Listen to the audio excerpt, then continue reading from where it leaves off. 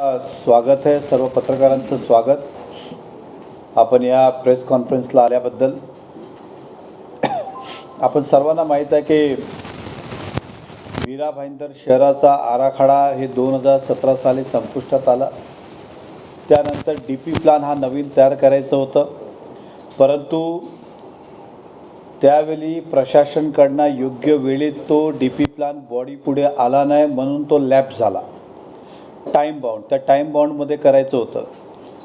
Time bound संपलं तरी त्यामध्ये शासनाकडनं एक्सटेन्शन द्यायची तरतूद आहे, परंतु मूळ DP प्लान मंजूरीला आलाच नहीं. जब आया ही नहीं तो एक्सटेंशन भी क्या लेवे. तो वो नहीं आया और अचानक फिर गवर्नमेंट ने ऑर्डर निकाला कि ये DP प्लान जो है अब थाना के ADTP जो है वो करेंगे. और वो बात है 2018 मार्च की. हमारा जो टाइम लैप्स हुआ है वो मेरे ख्याल से दिसंबर 2017 में हुआ. 2018 मार्च के अंदर उनको दे दिया गया, या 2019 में थोड़ा कंफ्यूज हूँ, 2018 या 19. उसके बाद जब देवेंद्र फडणवीस जी मुख्यमंत्री जी थे और मैं विधायक था, तब मैंने कहा उनसे कि सर, अगर ये DP प्लान जो बाहर अधिकारी है वो अगर बैठ के तैयार करेंगे तो मीरा भाईंदर के काफ़ी लोग सुख सुविधा से वंचित रहेंगे, क्योंकि लोक प्रतिनिधि हर क्षेत्र के हर गली को, हर आरक्षण को, हर समस्याओं को, चाहे झुग्गी बस्ती की हो, चाहे बिल्डिंग की हो, चाहे अन्य जगह की हो या गाँवटन की हो, ये समस्या वहाँ का लोक प्रतिनिधि भली भांति जानता है कि कौन सा रास्ता छोटा होना चाहिए, कौन सा बड़ा होना चाहिए, कौन सा भविष्य में रद्द होना चाहिए, कौन सा भविष्य में होना चाहिए. तो इस तरह का अगर सरकार ने ADTP थाना ने अगर अपनी मर्ज़ी से किया तो ये नुकसानदायक होगा. तब आदरणीय देवेंद्र फडणवीस जब उस समय मुख्यमंत्री, अभी उप मुख्यमंत्री, तभी उन्होंने जो सचिव थे, प्रधान सचिव नितिन करेर जी उस समय थे अर्बन डेवलपमेंट के. तो इस प्रकार का एक निर्णय हुआ कि चुनाव के बाद ये DP प्लान फिर से मीरा भाईंदर को दे दिया जाए, ताकि वो अपनी सूचनाओं के साथ फिर करें. लेकिन उसके बाद सरकार नहीं रही, मैं भी पद पे नहीं रहा, इसलिए फिर सारी गतिविधियां बदली और ये फिर शुरुआत ADTP थाने ने की. आज करीबन 3 साल से DP उनके पास था. 3 साल बाद पब्लिश किया. हमें 3 महीने का मौका नहीं दिया, इनको 3 साल का मौका दिया DP पब्लिश करने के लिए.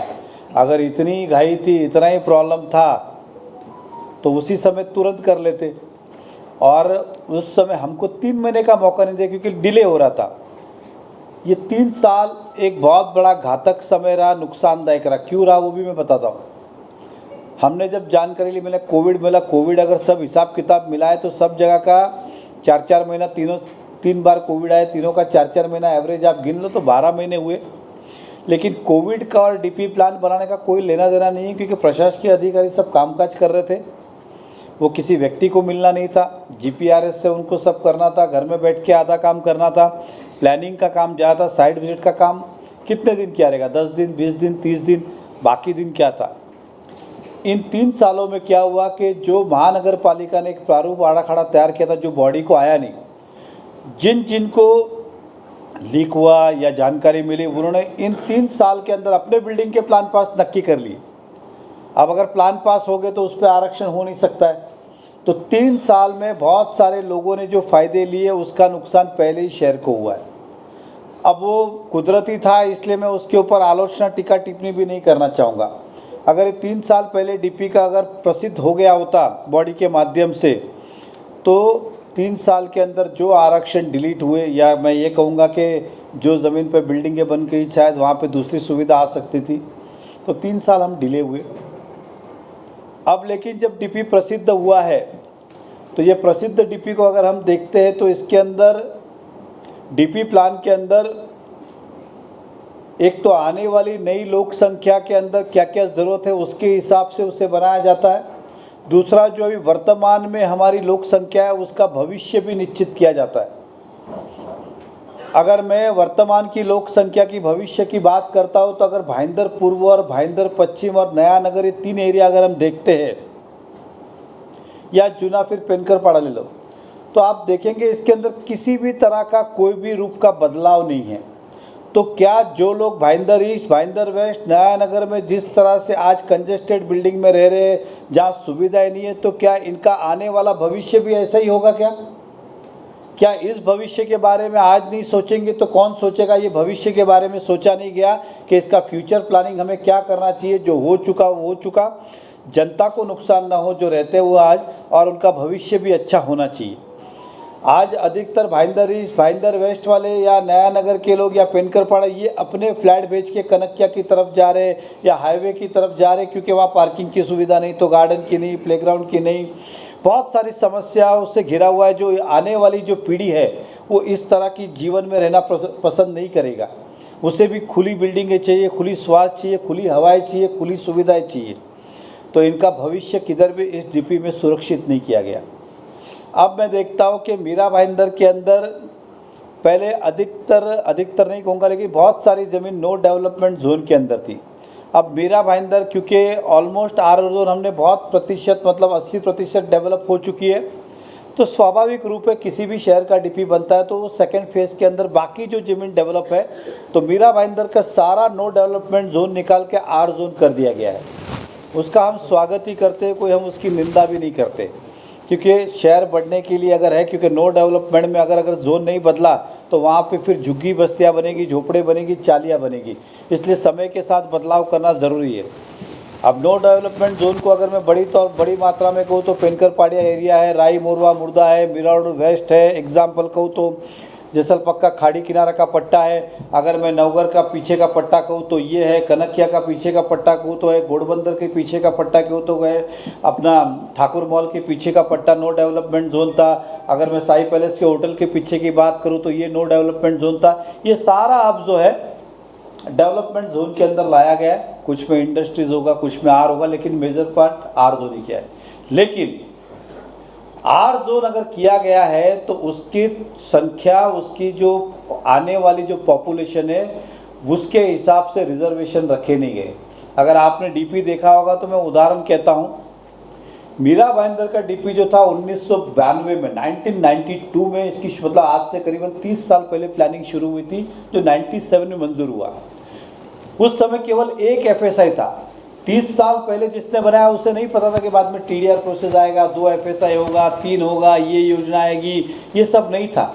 सिंगल एफएसआई के हिसाब से अगर आप गोल्डन नेस्ट से लेके जीसीसी क्लब तक अगर एरिया आप देखो तो हर 4 बिल्डिंग के बाद आपको कोई ना कोई रिजर्वेशन मिलेगा, हर गली के बाद आपको रिजर्वेशन मिलेगा, चाहे गार्डन हो, चाहे प्लेग्राउंड हो, चाहे स्कूल हो, चाहे मार्केट हो, चाहे हॉस्पिटल हो, चाहे जो भी हो। मैं अब इस रोड की अगर बात करता हूँ तो देखिए, सबसे पहले जो धर्म अधिकारी बना कम्युनिटी हॉल और लाइब्रेरी है, उसके पीछे गार्डन, उसके पीछे स्विमिंग पूल, यहाँ हो तो स्कूल, फैमिली केयर हॉस्पिटल के पीछे जाओ तो आपको गार्डन मिलेगा, थोड़ा आगे जाओगे तो बाला साहब ठाकरे मैदान मिलेगा, उसके बाद एक स्कूल, और इस तरफ आप देखोगे तो प्रमोद महाजन जो हॉल बना है वो है, उसके बाद वापस एक स्कूल का रिजर्वेशन, उसके बाद थोड़ा आगे राइट में जाओगे तो मीनाताई ठाकरे आपको हॉल मिलेगा। ऐसे कई सारे, मतलब एक गली में जाओगे 10। आप मीरा रोड का प्लान उठा के देखिए, मीरा रोड वेस्ट को, इतने बड़े क्षेत्र में मुश्किल से उन्होंने 7-8 रिजर्वेशन रखे, खाली 7-8, जबकि आज एफएसआई कितनी अवेलेबल है, उस समय एक थी। आज नए रोड, क्योंकि अब मीरा रोड में नए रोड सब बड़े बनाए, 60 metre 45 metre, Mira Road West की बात करता हूँ, राई मोरवा मुर्दा, लेकिन राई मोरवा मुर्दा हो या मीरा रोड, 5-6 आरक्षण रखे गए। मतलब मैं अगर 150 फीट रोड से लेके कहूँ मीरा रोड स्टेशन तक आप देख लो, अप टू राई मोरवा मुर्दा, तो उंगलियों पर गिने उतने ही रिजर्वेशन है। अब वहाँ पे एफएसआई कितनी है, तो 6 एफएसआई से लेके 4 से लेके 6 एफएसआई, मतलब जितनी पॉपुलेशन हमने इस रिजर्वेशन के लिए की थी उसकी 6 गुना। तो अगर यहाँ पे 10 रिजर्वेशन है तो वहाँ पे मेरे हिसाब से कम 40 रिजर्वेशन होने चाहिए, लेकिन उस तरह का रिजर्वेशन नहीं रखा गया। तो ये एक प्रश्न चिन्ह निर्माण करता है कि कौन से डेवलप के दबाव में आके उस संख्या के हिसाब से आपने नहीं। शहर तो एक ही है ना, शहर एक ही है। जब आपने एक एफएसआई से इतने रिजर्वेशन रखे तो 6 एफएसआई से कितने होने चाहिए? 6 एफएसआई का मतलब है कि पॉपुलेशन 6 गुना होगी। जहाँ 4 माले की बिल्डिंग बन रही थी अब 30 माले की बिल्डिंगें बन रही है। तो इस हिसाब से रिजर्वेशन की प्रोविज़न उसके अंदर नहीं रखी गई है, जो बहुत ही घातक है, हानिकारक होने वाला है भविष्य में। फिर बिल्डिंगें दिखेंगी, उनकी सुख सुविधाओं की जगह नहीं होगी। इस तरह का एक निर्माण होने की शक्यता है। ये मैंने इन जनरल बातें आपसे कही जो डीवी में सबसे बड़ा लैकुना है, इसको सुधारना चाहिए। अगर मीरा भाईंदर के लोग बनाते तो इन सब चीज़ों का ख्याल रखते ये चीज़। अब मैं दूसरी, अगर मैं आरोप की बात करता हूँ तो हमारा आरोप स्पष्ट रूप पे है कि इस डीपी को कुछ लोगों ने मैनिपुलेट करके तैयार किया गया है। एक तो जानबूझ के 3 साल इसे डिले किया कि जिसको इसको अपना काम करना है कर लो, हम डीपी चेंज करने वाले, ये पहला मुद्दा। मैं अगर मीरा रोड वेस्ट की बात करता हूँ एग्जाम्पल, तो स्टेशन के बाहर हमारा कमर्शियल शॉपिंग सेंटर रिजर्वेशन था जिसके अंदर 30% म्यूनसिपल कॉर्पोरेशन को बना के देना, सब इस तरह का प्रोविज़न, उसे निकाल के आर जोन किया गया। तो ये किस खुशी में आर जोन किया गया?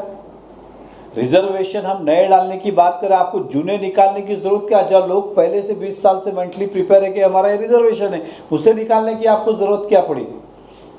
ये पहला मुद्दा। मैं स्पोर्ट्स कॉम्प्लेक्स की बात करूं मीरा रोड वेस्ट के अंदर, उसे निकाल के मैंग्रोव्स के ऊपर डाल दिया गया है, तो वहां पे वो स्पोर्ट्स कॉम्प्लेक्स कभी नहीं बनेगा। सुभाष चंद्र बोस मैदान, वो भी सीआरजेड के अंदर, वो भी मैंग्रोव्स के ऊपर, तो बनेगा कहाँ से सीआरजेड में? तो आपने उसको शिफ्ट करने के पीछे किसका दिमाग था, किसकी सोच थी, किस बिल्डर के कहने पे किया? ये बहुत बड़ा एक प्रश्न चिन्ह निर्माण करता है। और मैंने कहा कि बाकी रिजर्वेशन ही बनाए नहीं गए। दूसरा, हम देखेंगे चर्चगेट से लेके विरार तक जाओ या मुंबई सेंट्रल वीटी से लेके थाना जाओ, टिटवा तक जाओ, सभी स्टेशन की हालत बाहर की कंजेस्टेड है। आदमी अपने कार से स्टेशन के बाहर तक नहीं जा सकता है। बस जो होती है पब्लिक ट्रांसपोर्टेशन, जो आप देश के प्रधानमंत्री हो, महाराष्ट्र के मुख्यमंत्री हो, किसी की भी सरकार आई हो, हर आदमी ने पब्लिक ट्रांसपोर्ट को महत्व दिया है ताकि ट्रैफिक की समस्या खत्म हो। अब बस रेलवे स्टेशन तक जाएगी ही नहीं, कार रेलवे स्टेशन तक जाएगी नहीं, कैब आपकी रेलवे स्टेशन जाएगी नहीं, रिक्शा जाएगी नहीं, तो आदमी फिर क्या करता है? फिर या तो रिक्शा ले लेता है क्योंकि उसकी कार जाती नहीं, बस जाती नहीं। तो हमें मौका मिला, ये भाईंदर शहर नसीब वाला है कि इसका भाईंदर वेस्ट का स्टेशन के बाहर का एरिया भी थोड़ा खाली है, सॉल्ट पैन और दूसरी प्राइवेट जमीन, और मीरा रोड वेस्ट तो पूरा खाली है। तो कम से कम स्टेशन के बाहर उतना एरिया आपको रिजर्व रखना चाहिए था कि आने वाले भविष्य के अंदर आप मेट्रो कार शेड आ रहा है, वो रोड नायगांव को कनेक्ट होगा, जो भी होगा, तो स्टेशन के बाहर इतनी जमीन जगह होनी चाहिए थी रिजर्व कि वहाँ पे बस डिपो भी बन सके, वहाँ पे आम आदमी की कार भी जा सके, हमारी प्राइवेट टैक्सी भी पार्किंग हो सके, रिक्शा स्टैंड भी हो सके। इस तरह से नहीं होना चाहिए 2 रिक्शा इधर है फिर 2 रिक्शा उधर है, पब्लिक को चलने को जगह नहीं, रिक्शा खड़ा है तो बाकी चीज़ों को जाने को तकलीफ नहीं। तो ये सुधारना हो सकती थी, फिर भी इन्होंने क्यों नहीं किया? ये सबसे बड़ा एक प्रश्न चिन्ह सवाल होता है। मैं दूसरी सबसे बड़ी अगर बात करता हूँ कि आप देखिए कि एक नए म्युनिसिपल ऑफिस का उद्घाटन होता है, कब होता है? आज से डीपी प्लान भूमि पूजन होने के ठीक 1 महीने पहले। कितना? 1 महीने। डीपी प्लान कब से बन रहा है? 5 साल से। मुझे बताइए, ये किसको सपने में आया कि यहाँ पे बनने वाला है और वहाँ पे रिजर्वेशन भी आ जाता है? आप समझे मेरा बोलने का मीनिंग? कि एक मतलब तुमने प्री प्लान ये किया है कि तुम डालो, ये चलो डाला, उसके लिए क्या लड़ाई लड़नी हम लड़ेंगे। लेकिन दूसरी तरफ जो देवेंद्र फडणवीस जी मुख्यमंत्री जी थे, वो जो रिजर्व ऑफिस का ओपनिंग करके गए थे, सबको पता है एसके स्टोन के पास हमारी इमारत होने वाली थी, वो रिजर्वेशन क्या था? तो कमर्शियल जोन था। उस जोन और रिजर्वेशन कोई आज नहीं, 92 में डाला गया, कोई हमने डाला ऐसा नहीं है। 92 के अंदर रिजर्वेशन, वो हिसाब से उस जगह का जितना भी क्षेत्र डेवलप होगा 30% म्युनिसिपल कॉर्पोरेशन को फ्री ऑफ कॉस्ट बना के देना है।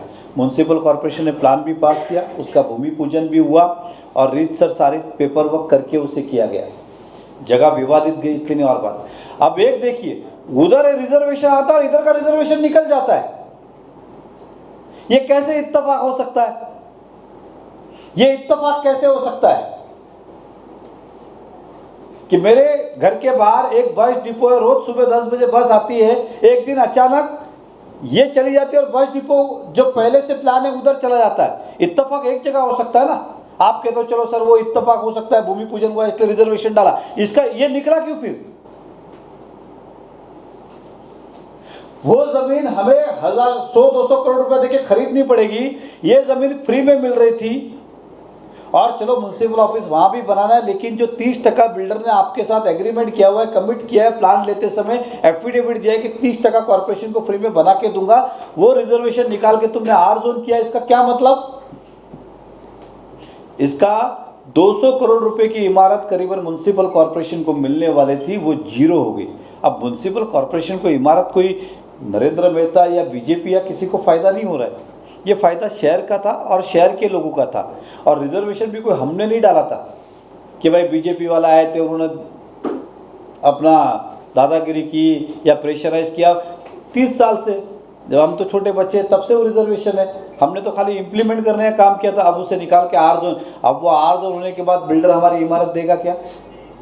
तो एक तरफ ये निकलती दूसरी तरफ जाती है, समझ में नहीं आया विषय ये था। मैं अगर ये बात करूं, बहुत बड़े बिल्डर है विनोद गोयनका, शाहिद बलवा, डीबी रियल्टी एंड ये गोयनका कंपनी। मैं मिराड वेस्ट किट का है तो इनका ही है।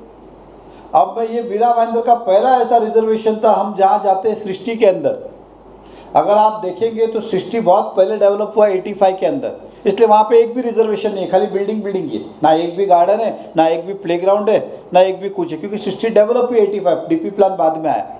लेकिन कुछ रिजर्वेशन थे, जैसे अगर आप जाते होंगे तो पेनकर पाड़ा शुरू होने के पहले राइट साइड में प्रभाकर मात्रे जी का घर आता है, उसके पहले राइट साइड में एक करीबन 4 एकड़ का प्लेग्राउंड रिजर्वेशन था, उसके पीछे करीबन 1.5 एकड़ का स्कूल रिजर्व रोड टच था कॉर्नर का, वो रिजर्वेशन को निकाला और आर जोन किया। जबकि वहाँ पे पेनकर पाड़ा के जो स्लम और जो जुने गाउटन के और बस्ती के लोग आज भी वहीं पे क्रिकेट और टूर्नामेंट खेलते हैं। आप में से बहुत जन ने कभी कवर किया रहेगा, वहाँ पे इतना बड़ा प्लेग्राउंड निकाला गया। ये क्या रीज़न था निकालने का? डालना छोड़ के आप निकाल रहे हो, स्कूल भी निकाला, प्लेग्राउंड भी निकाला। तो इस पे हमारा आक्षेप है। हम वापस से कहते किसी व्यक्तिगत पे हमारा नहीं है, हमने कहा रिजर्वेशन 30 साल से और लोगों ने एक्सेप्ट किया, उसको निकाल के आपको लॉलीपॉप देने की जरूरत क्या है? नए कम ज्यादा हुआ उसका समझो आपका एक्सप्लेनेशन भी हो सकता है, लेकिन निकाल के आर जोन करने का लॉजिक और सेंस क्या था? तो ये वहां का रिजर्वेशन निकाला गया है, ये हमारा मुद्दा है। मैं अगर कत्ल खाने की अगर बात करता हूं, मैं फिर से आपके माध्यम से, खाने नहीं खाने का विषय नहीं है यहाँ पर। यहाँ बात है कि मुझे अच्छी तरह पता है, हमको अच्छी तरह पता है कि जहाँ भी कत्ल खाना आएगा उसके आसपास के 1 किलोमीटर के दायरे की वैल्यू गिर जाएगी। हमारा शहर छोटा ही है, वैसे हमारा शहर कोई बड़ा नहीं है, बहुत छोटा है। यहाँ जाओ तो यहाँ रेलवे ट्रैक ख़त्म होता है, यहाँ जाओ तो यहाँ खाड़ी आके ख़त्म हो जाता है। ये जहाँ भी आएगा ये उस एरिया को बहुत ज़्यादा दूषित करेगा, पर्यावरण की दृष्टि से भी और डेवलपमेंट की दृष्टि से भी ये शहर के लिए घातक है।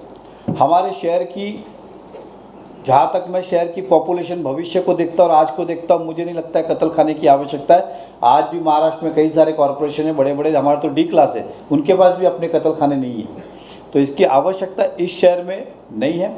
अब भाईंदर वेस्ट अगर आप देखते हो तो अधिकतर जो एरिया रहा है वो नहीं खाने वाला का, वहाँ पे पहले भी डीपी में था, मैं ये नहीं कहता हूँ कि नहीं था, लेकिन वो इस डीपी में निकालने का प्रावधान था, लेकिन निकाला तो नहीं, उस 1 एकड़ को 6 एकड़ कर दिया। अब 6 एकड़ मतलब क्या स्टेडियम बनाना है क्या आपको कत्ल खाने का? ये ट्रक भर के माल कहाँ बेचना है आपको? और कॉरपोरेशन को सब हमारे यहाँ से हो क्या? इसलिए उसके पीछे किसका दिमाग था, किसकी सोच थी, ये भी एक प्रश्न चिन्ह निर्माण होता है। हाल ही में उत्तम, मैं कहता हूँ कि वहाँ पे तो अधिकतर लोग, जो मैंने फिर कहा खाने नहीं खाए, लेकिन वहाँ पे खाने वाले, लेकिन उन्हें भी अपने परिसर में इसलिए नहीं चाहिए कि उन्हें पता है कि इस परिसर के अंदर ये आने से बदबू हो, गंदगी हो, डेवलपमेंट हो, पर्यावरण हो, ये सबको धोखा है, इसलिए वो भी नहीं चाहते कि वहाँ पे बने एग्जाम्पल।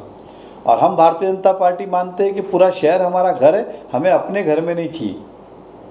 व्यवस्था अपने आप हो जाएगी समय के हिसाब से, उससे कोई ज़रूरत नहीं कि यहीं पे 6-6 एकड़ के आप डेवलपमेंट ये करो। यहाँ बस डिपो के लिए 6 एकड़ ज़मीन आप नहीं रखते हो, कत्ल खाने के लिए 6 एकड़ ज़मीन रखते हो एग्जाम्पल। बहुत सारी ऐसी सुविधा है, 6-6 एकड़ के प्लेग्राउंड नहीं है, लेकिन 6 एकड़ का कत्ल खाना आप रख रहे हो, ये हमारा एक प्रश्न चिन्ह है। मैं अगर जूनी इमारतों की बात करूँ तो हम जब सत्ता में थे और तो हमने अधिकारियों से कहा था कि जितनी भी बिल्डिंग है उस समय जिसने भी जो भी पाप किया होगा इल्लीगल कंस्ट्रक्शन का, लेकिन आज इस लोगों को सुरक्षा देने की जवाबदारी हमारी है, क्योंकि हम सत्ता में हैं। इसलिए गलती किसकी थी, क्या थी, उस पर ध्यान नहीं देते हुए जिन जिन रिजर्वेशन पे बिल्डिंगें बनी, अब कम से कम वो रिजर्वेशन निकाले जाए ताकि उनका रीडेवलपमेंट हो। तो नहीं तो रीडेवलपमेंट कभी होगा नहीं। वो बिल्डिंग खाली करेंगे नहीं, मरते दम तक वहीं रहेंगे, क्योंकि उन्हें पता है कि हमें अगर छोड़ के जाना है तो इससे अच्छा मरने तक यहाँ रहो। तो इस तरह की भूमिका और भावना निर्माण होगी। तो हमने ये कहा था कि इस तरह के रिजर्वेशन जो है हम किसी वो व्यवसाय या इसमें नहीं कर, हम पब्लिक इंटरेस्ट में कर रहे हैं, तो रीडेवलपमेंट कैसे होगा। और आइदर फिर म्युनिसिपल कॉर्पोरेशन को उन सबको एकोमोडेट करना होगा फ्री में फ्लैट देके, तो इसलिए उस रिजर्वेशन को डिलीट किया जाए, अन्य जगह जहाँ खुली है वहाँ पे उसे शिफ्ट किया जाए। अगर हम रोड की बात करते हैं तो स्पेशली वापस कहूँगा भाईंदर ईस्ट, भाईंदर वेस्ट, यहाँ के ऊपर या जो भी कंजेस्टेड एरिया है वहाँ के ऊपर आज भी बिल्डिंग के ऊपर रोड दिखाए गए जूने। अब समय था कि उसे डिलीट किया जाए ताकि उनका रीडेवलपमेंट हो सके। रोड वहाँ पे बनना है नहीं, बिल्डिंग भी रीडेवलपमेंट नहीं करने दोगे। जो 20 साल उन्हें तकलीफ हुआ, आने वाले 20 साल भी हम उनका भविष्य, मैंने कहा कि उनका भविष्य आप अंधकार में डाल रहे हो वापस। तो ऐसे लोगों को सुरक्षा देने का काम भी हमारा बनता है यहाँ के लोक प्रतिनिधि का, और एज ए पॉलिटिकल पार्टी हमारा फर्ज बनता है कि हम उनके लड़े ये चीज़ें। बहुत सारे जगह के ऊपर जोनिंग क्लियर नहीं है कि CRZ तो बताया गया, लेकिन CRZ के नीचे जोन कौन सा वो नहीं बताया गया है। कल अगर CRZ के अंदर कोई रिलैक्सेशन आता है तो बिल्डिंग को बनेगी कि नहीं बनेगी। जैसे उदाहरण कहता हूँ मैं, भाईंदर का महेश नगर एरिया था, नया नगर का जो बैक रोड है, ये पहले CRZ में थे, अब तो CRZ निकल गया, लेकिन मान के चलो एक मिनट के लिए CRZ, तो CRZ ठीक है, लेकिन नीचे क्या है, रोड है, आर जोन है कि गार्डन है, वो तो क्लियर होना चाहिए। वो भी उन्होंने क्लियर नहीं किया कि CRZ की लाइन जहाँ तक जा रही है उसके नीचे क्या है, आर जोन है कि रोड है कि गार्डन है कि प्लेग्राउंड है कि मार्केट, वो उन्होंने डिफाइन नहीं किया। वो होना जरूरी, नहीं तो भविष्य में इनको परमिशन नहीं मिलेगा। बहुत सारे तरह के नए डेवलपमेंट प्लान के अंदर नए प्रकार के रिजर्वेशन डेवलप किए गए, लेकिन यूनिफाइड DCR जिससे परमिशन मिलता है, जैसे अभी महाराष्ट्र का कॉमन DCR बनाया गया, DC रूट, एक मुंबई कॉर्पोरेशन पूना छोड़ दे बाकी का कॉमन है, लेकिन उसके अंदर वो रिजर्वेशन है ही नहीं उस यूनिफाइड DCR में। तो आपने अगर डाला है तो इसको परमिशन कैसे मिलेगा। परमिशन लेते समय अधिकारी बोलेगा साहब क्या हिसाब से परमिशन दूं मैं, इसका FSI कितना है कि नहीं है, ये सारी चीज़ें भी उसके अंदर क्लियर नहीं है। लेकिन बेसिक जो मुद्दा था हमारा कि जूने लोग हैं उनका भविष्य इसके अंदर अंधकार के अंदर है, उसका हमें सोचना चाहिए। तो कुछ रास्ते डिलीट करने की आवश्यकता है, और कुछ रास्ते जहाँ पे ट्रैफिक है और हमें पता है कि ये आने वाले 20 साल बाद इसकी हालत ऐसी हो जाएगी, हम रिक्शा तो लंबा रहा साइकिल ले जा पाएंगे क्या, ये हमारे सामने जो प्रश्न चिन्ह निर्माण होता है, या मोटरसाइकिल जा पाएगी क्या, ऐसे जो प्रश्न निर्माण है उसका भी कोई सी भी तरह की व्यवस्था नहीं की गई। मैं अगर नई रोड की बात करता हूँ, कुछ नए रोड प्लान किए गए, जैसे उदाहरण कहता हूँ भाईंदर वेस्ट से और मीरा रोड से ईस्ट वेस्ट का एक फ्लाईओवर जो हमारा जॉगर्स पार्क है वापा उधर से किया गया। तो एक तरफ मंदिर है और एक तरफ हमारी इंद्रप्रस्थ वगैरह बिल्डिंग है, बिल्डिंग के कैंपस में से वो फ्लाईओवर दिखा रहे, क्या बिल्डिंग वाले बनाने देंगे क्या। बिल्डिंग वाले बोले मेरी बिल्डिंग पहले से, तुम कैसे आके फ्लाईओवर डाल सकते हो। ऐसे बहुत सारे, मैं उदाहरण देता हूँ, ये जो अपना GCC क्लब का सीधा रास्ता आता है, अभी हाल ही में 4 साल पहले वहाँ पे बलवा नाम की इंडस्ट्रीज बनी, बाकी इंडस्ट्रीज है, उसके ऊपर से रोड दिखा रहे। मैं बोला क्या बिल्डिंग तोड़ेगा क्या, बिल्डिंग टूटेगी क्या। फिर आदमी क्या होगा पता है आपको, जो आपको पता होगा ये एक इधर गार्डन में बेचारे होटल बनाया था 95 के पहले प्लान है, अब उसको टॉर्चर होता है। ये इसी तरह का होगा, रोज उसको टॉर्चर किया जाएगा, तेरा रिजर्वेशन में, तेरा रिजर्वेशन हो रहा है, तेरे बिल्डिंग पर से रोड है, तो उसकी क्या बिल्डिंग तोड़ेंगे क्या। लोगों के ऊपर लटकती तलवार, बिल्डिंग परमिशन दी है, अब आपको इनको सुरक्षित करके ही करना पड़ेगा जो करना है शहर को। मैं ये नहीं कहता शहर डेवलप नहीं होना चाहिए, पैसा एक्स्ट्रा लग सकता है।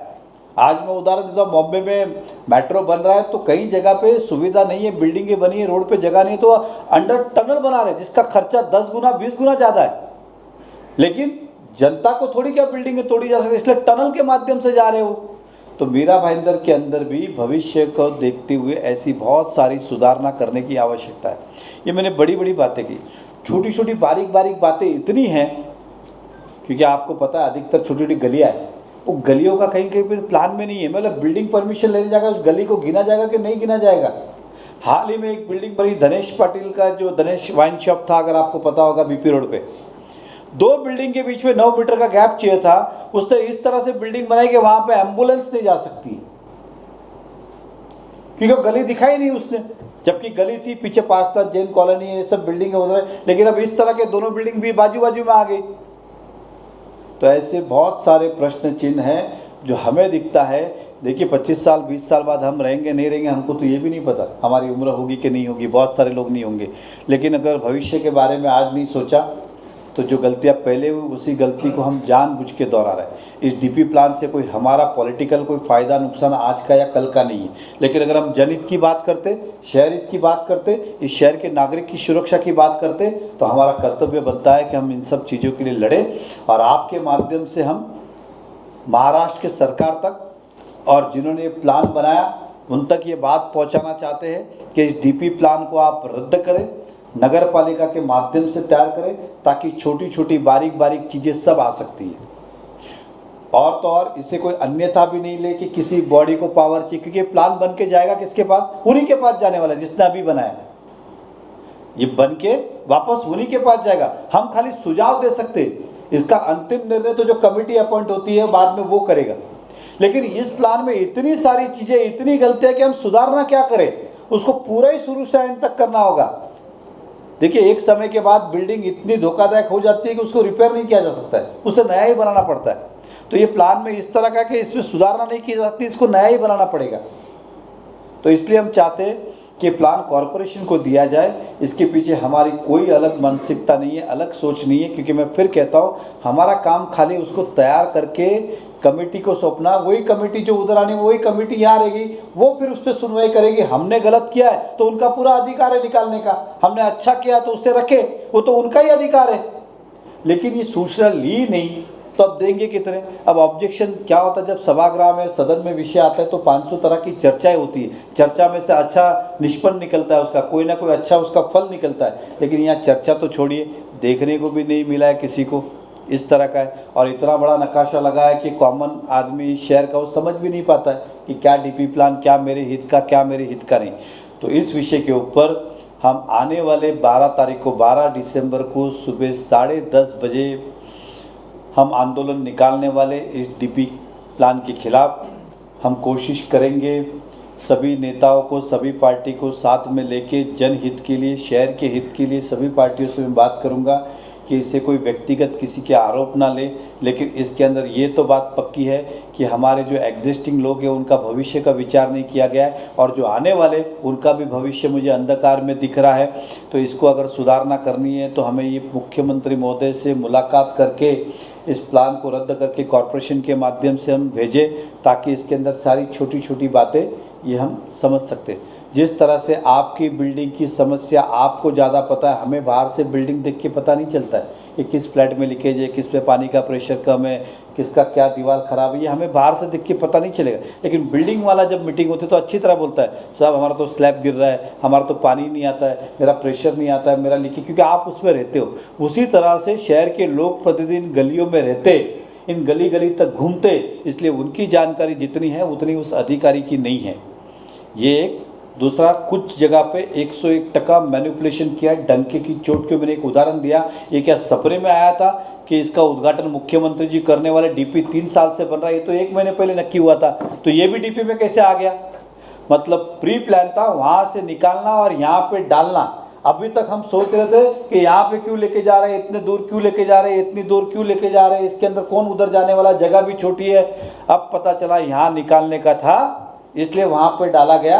इस तरह का मेरा शक और डाउट है, इस तरह का हमारा शक और डाउट है। नहीं तो कारण क्या, तब तक हम समझ नहीं पाए, हम तो खाली विरोध कर। जब प्लान आया तो समझ में आया, अच्छा इसके पीछे की रणनीति ये हो सकती है। तो ऐसी बहुत सारी चीज़ें दोस्तों। मीरा रोड की भी अगर हम बात करें, और रिजर्वेशन तो बहुत सारे नहीं डाले गए जो इस शहर के, उदाहरण के तौर पे कहता हूँ, वेटरनरी हॉस्पिटल भी नहीं है। एयर एम्बुलेंस मेरा पहले से सपना था इस शहर में होना चाहिए, क्योंकि मुझे पता है 20 साल बाद चर्चगेट जाने के लिए कितनी भी सुविधा हो, ट्रैफिक की क्या हाल होगी। किसी को बॉम्बे हॉस्पिटल ले तो कैसे जाएगा वो, या किसी, तो इसलिए एयर एम्बुलेंस भविष्य की ज़रूरत ही है। हमारा देश उतना तरक्की करेगा, हमारा शहर उतना तरक्की करेगा कि 20 साल बाद एयर एम्बुलेंस की ज़रूरत ही पड़ेगी। और बात ये 20 साल की नहीं है, एक बार बिल्डिंग में तो 50 साल फिर वापस बिल्डिंग ही रहने वाली है। ऐसा नहीं कि 20 साल बाद हम उसको निकाल देंगे और वहाँ पे फिर लेके आएंगे, फिर बाद में हम कहाँ जाएंगे। तो ये विषय के ऊपर बहुत सारे मुद्दे हैं हमारे जो 12 तारीख को हम रखेंगे। और मैं अगर रोज़गार की बात करता हूँ तो इस शहर में आज भी जिस तरह का डीपी बना है, हमने ये सोचा था कि मीरावड़ वेस्ट में आईटी पार्क वगैरह इस तरह का होगा ताकि भविष्य में कॉर्पोरेट कंपनीज आए, हमारे लोगों को जॉब मिले। हालांकि वो आईटी पार्क होता तो जिसकी भी जगह उसको फ़ायदा ही होता है। हम कुछ उस इसलिए कहता कि उस एंगल से नहीं बोलते कि जगह वाले क्या फ़ायदा, भले उसका फ़ायदा हो लेकिन शहर का फ़ायदा होता, हमारे युवाओं को जॉब मिलता, नौकरी मिलती, व्यवसाय मिलता, बिजनेस मिलता। आज हमारे पास कमर्शियल कुछ भी नहीं है। अगर हम ये शॉपिंग नीचे की दुकानें देखिए, अगर वो छोड़ दो तो कुछ भी नहीं। इंडस्ट्री जितनी थी धीरे धीरे करके ऑलमोस्ट हमारे यहाँ से चली गई है। तो अब आने वाले समय के अंदर आईटी पार्क ये वो कोई भी प्रोविज़न नहीं, तो क्या हम हमेशा मुंबई धक्के खाते रहेंगे क्या? हमारे शहर में कोई सुविधा ही नहीं करेंगे क्या? तो ऐसी बहुत सारी चीज़ें डिटेल में क्योंकि बताऊँगा तो लंबा चौड़ा समय जाएगा। 80 किलोमीटर का डेवलपमेंट प्लान है। तो इस विषय के ऊपर हम 12 तारीख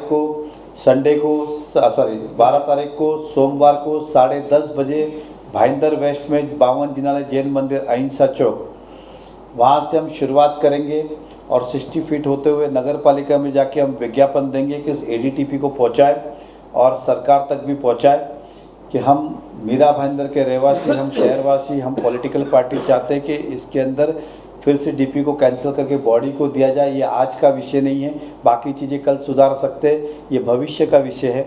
बहुत सारे रिजर्वेशन में बदलाव हुआ है जो मैं अभी बताने के लिए उतना समय नहीं होगा, तो इसलिए आज की प्रेस कॉन्फ्रेंस का हमने माध्यम से किया।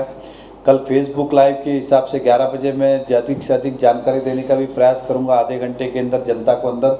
तो आज आपको बुला के ये हमें बताना था कि ये हम शहर हित में आंदोलन कर रहे हैं और हमें विश्वास है कि आपके माध्यम से जनता तक हमारी बातें पहुंचेंगी। और ये विषय पॉलिटिकल आंदोलन नहीं है, ये जनहित का आंदोलन है, जनता के लिए है। और हमें विश्वास है कि आपके माध्यम से जनता तक बात पहुंचेगी और जनता भी इस आंदोलन में सहभागी होगी। धन्यवाद।